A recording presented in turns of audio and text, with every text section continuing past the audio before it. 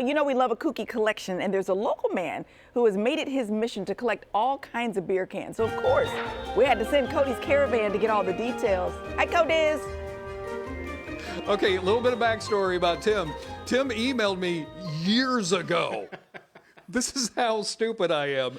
I don't know how it got buried, but a couple weeks ago I was going through my emails and you sent me something. It was like, hey, I did a thing with a beer can collector, and you're like, oh, I've got a cool collection.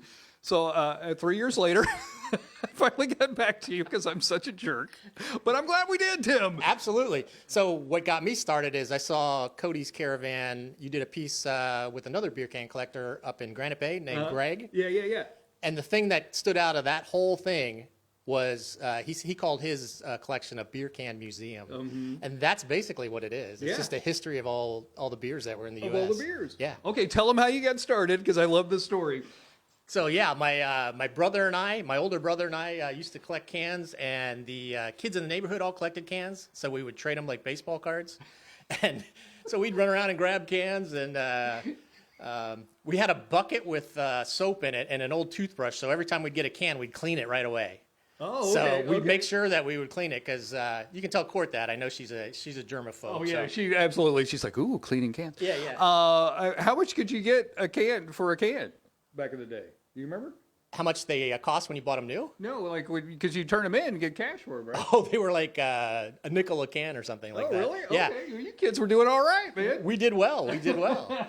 Okay, so that's how I got started. It is. The way that you're showing these right here, a friend of yours built these things to showcase, if you will. Yeah, so a quick shout out to my buddy Matt Gilbert. He made all these wood racks, and I really like the way they display. Yeah.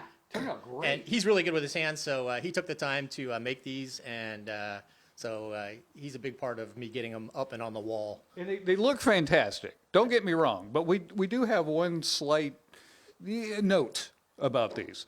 Each one holds how many cans?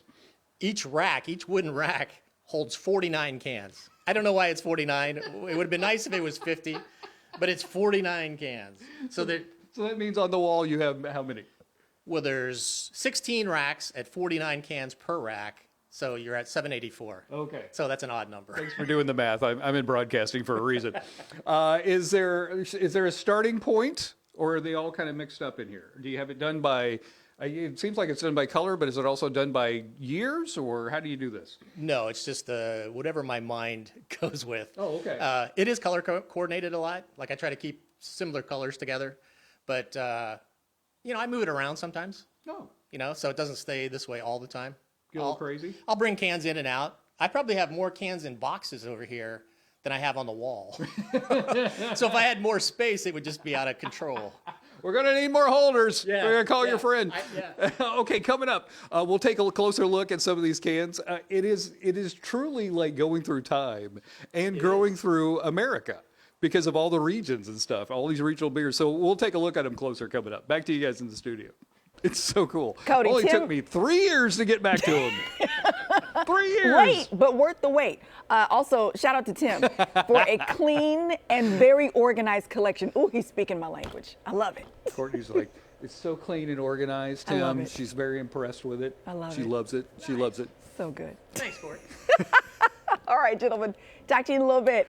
From one ball to the next, we're not ready to let go of Super Bowl weekend just yet. Coming up, we're showing off our Good Day Low Budget halftime show, just in case you missed it. And this frothy collection is sure to impress. Yes, it is. Yes, it is. Tim, tell them that story right there, that can. This can is not very aesthetically pleasing, but I remember the story behind it. When I was 7 years old, I got this can, and I remember the whole backstory of it. So every time I see that can, it reminds me of being the 7-year-old kid that found it. So. We're going to take a close look at his collection coming up. It is a time machine, baby. A local man has a massive beer can collection, and you have to see it to believe it. Cody took the Caravan to Roseville to get more details on the collection. Hi, Cody. I know. This has been so much fun this morning. Okay, Tim, let's talk about your favorite cans. You got all these cans. You get 1,500 at least cans. I do. But you do have some favorites. I do, and I have too many to show everyone today, but I'll show you a couple that I really like. Okay. First one, right here is called Matterhorn, Matterhorn. and that was in the 1970s. What state is that? I guess That was Washington. actually out of California. Was it really? Yeah, it was brewed in California back in the day. Huh. But the Matterhorn was kind of a cool can that we like to collect. Okay. So okay. I think that one was awesome.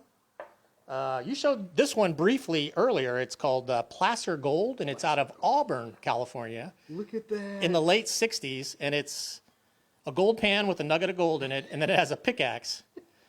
But the artwork was pretty fantastic I back think then. That's great. Yeah. So That's one of the things I'm learning from your collection. Some of the artwork in this stuff should be in the Louvre, man. It's beautiful. well, that's how you differentiated. Back then, they didn't have the internet or social media or anything. So how do you differentiate your product when you're walking down the aisle?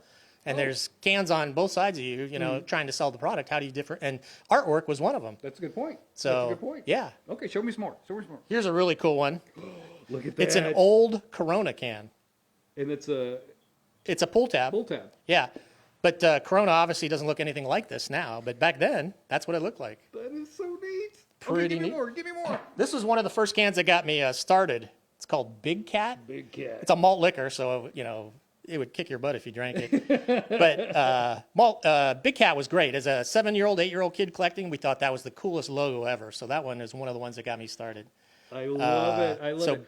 I'm gonna step away from beer cans and pull out this bottle. Okay. Now this is really interesting. Okay, so Sacramento had a brewery pre-Prohibition. Prohibition was 1920 to 1933. And downtown in Sacramento, they had the brewery, and it was called Buffalo Brewing. And this bottle is one of the original bottles from Buffalo Brewing. And their logo was a horseshoe on its side with a buffalo jumping through the horseshoe. But this is an actual bottle from it, and you can tell by the top, it's a porcelain top. And so this predates 1920. We know it's before Prohibition because of the capping system. So it could be 1920 or it could be 1890. I have no idea, but it's Sacramento history. And then the Buffalo Brewing Company, that building became. Well, they knocked down the building downtown back in the day. They leveled it and they put up the Sacramento Bee right on that same premise. So that was the history, is the Buffalo Brewing got knocked down, and then boom, the Sacramento Bee. If you used to walk in the old Sacramento Bee, they had a showcase at the beginning. As soon as you walked in the lobby, that had the history of Buffalo Brewing. Oh, that's so interesting. Our station was built on an old graveyard. I wish it was built on an old brewery. It worked out better. You for didn't us, have that choice. equipment-wise. Yeah. You did have a present for me. Shall we show the present? That's up to you. Okay, let's show the present because this is hilarious. What beer? I'm is giving this can to Cody. Cody's going to set it up. Milwaukee beer farts. P-H-A-R-T-Z, and it has a that's skunk on the great. front. They had, at the end of the 70s, they had a bunch of spoof kind of cans, and this was one of them. So I don't know if you want to read the It top or says, not. caution, this aroma might be offensive to some individuals. Thank you. This will That have is for you to take home. a place of pride on my desk, sir. That fits your personality perfect. Your sense of humor. So you're getting the farts can to take home. It's all Thank you. yours. Thank The you. accuracy. Next hour, we're going to show you how they used to open these cans. There's also different ways to open these cans, so we'll show that to you coming next hour. Back to you guys. Oh, in the that is studio. great. That's great, Code. Farts. Love. Farts. This is great code. So if you're watching right now and you're like, hey, I have a pretty impressive collection, let us know. We might send Cody over to check it out. Okay, so all we need you to do is email us goodday@kmaxtv.com. Put Cody's Caravan in the subject line, and we just might send that bow tie clad fella onto your spot. Stick around, more Good Day coming up.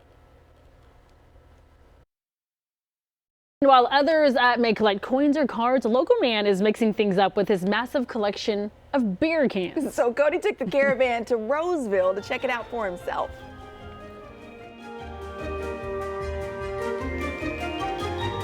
Okay, we've been hanging out with Tim all morning long. Now it's time to figure out how they used to open these cans, because it's tricky. It can be, yeah. It's tricky. It's It not can as be. easy as the boop that we do now. No. So there's kind of a history of how they do it.